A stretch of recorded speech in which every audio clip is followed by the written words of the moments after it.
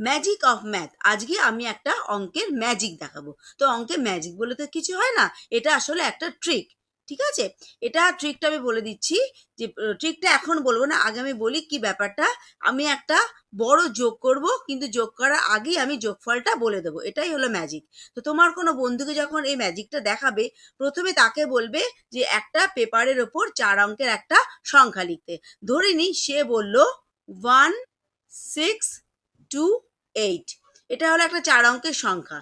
এইবার একটা পেপারের মধ্যে তুমি কি করবে, যে একটা সংখ্যা লিখবে, লিখে একটা এখানে কিন্তু সংখ্যা আমি লিখেছি, সংখ্যা লিখে 4 ভাঁজ করে বন্ধু চোখের সামনে আমি রেখে দিলাম, এবং তাকে বলবো যে এটা যেন এখন সে না খোলে, সে যেন পরে আমি যখন বলবো তখন এই পেপারটা খুলতে। ওকে, এরপরে আবার বন্ধুকে বলবো 4 অঙ্কের একটা সংখ্যা বলতে।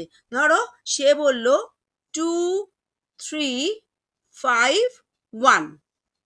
ওকে, এরপরে 3rd নম্বর যে সংখ্যাটা সেটা আমি আমার মন থেকে লিখব। ধরো আমি লিখলাম 7 6 4 8। এরপরে আবার বন্ধুকে বলবো আরেকটা সংখ্যা বলতে 4 অঙ্কের। সে ধরো বলল 1 7 5 2। এরপরে আমি আবার একটা 4 অঙ্কের সংখ্যা আমার মন থেকে বলবো। ওকে, আমি বললাম ধরো 8 2 4 7। তাহলে এত বড় যোগটা এবার আমি এক নিমেষে করে ফেলবো। 6 2 6 1 2।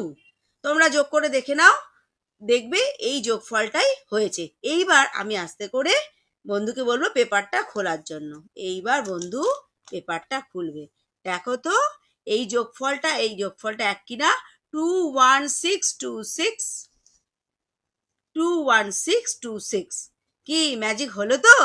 দেখো এত বড় যোগটা আমি এক নিমেষে করে ফেললাম, এবং এই সংখ্যাটা যখন বন্ধু বলল তখনই কিন্তু আমি এই সংখ্যাটা তারপরেই কিন্তু আমি এটা ভাঁজ করে রেখে দিলাম, অর্থাৎ আমি যোগফলটা কিন্তু জেনে গেলাম আগে, কিন্তু আমি জানি না যে বন্ধু কি সংখ্যা বলবে।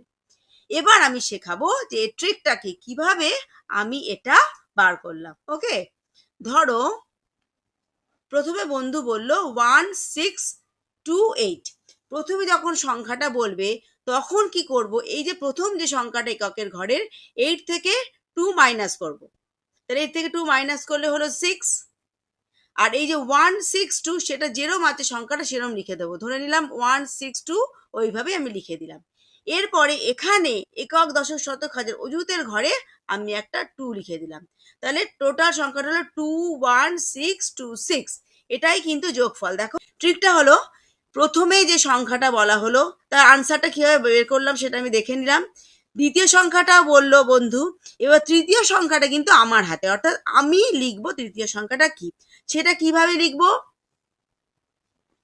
এই দুটো সংখ্যা, আমি যে সংখ্যাটা লিখবো 1 আছে এমন একটা সংখ্যা লিখবো যে 1 এর সাথে সেই সংখ্যাটা যোগ করলে 9 আসে। তাহলে 1 এর সঙ্গে 8 যোগ করলে 9 আসে।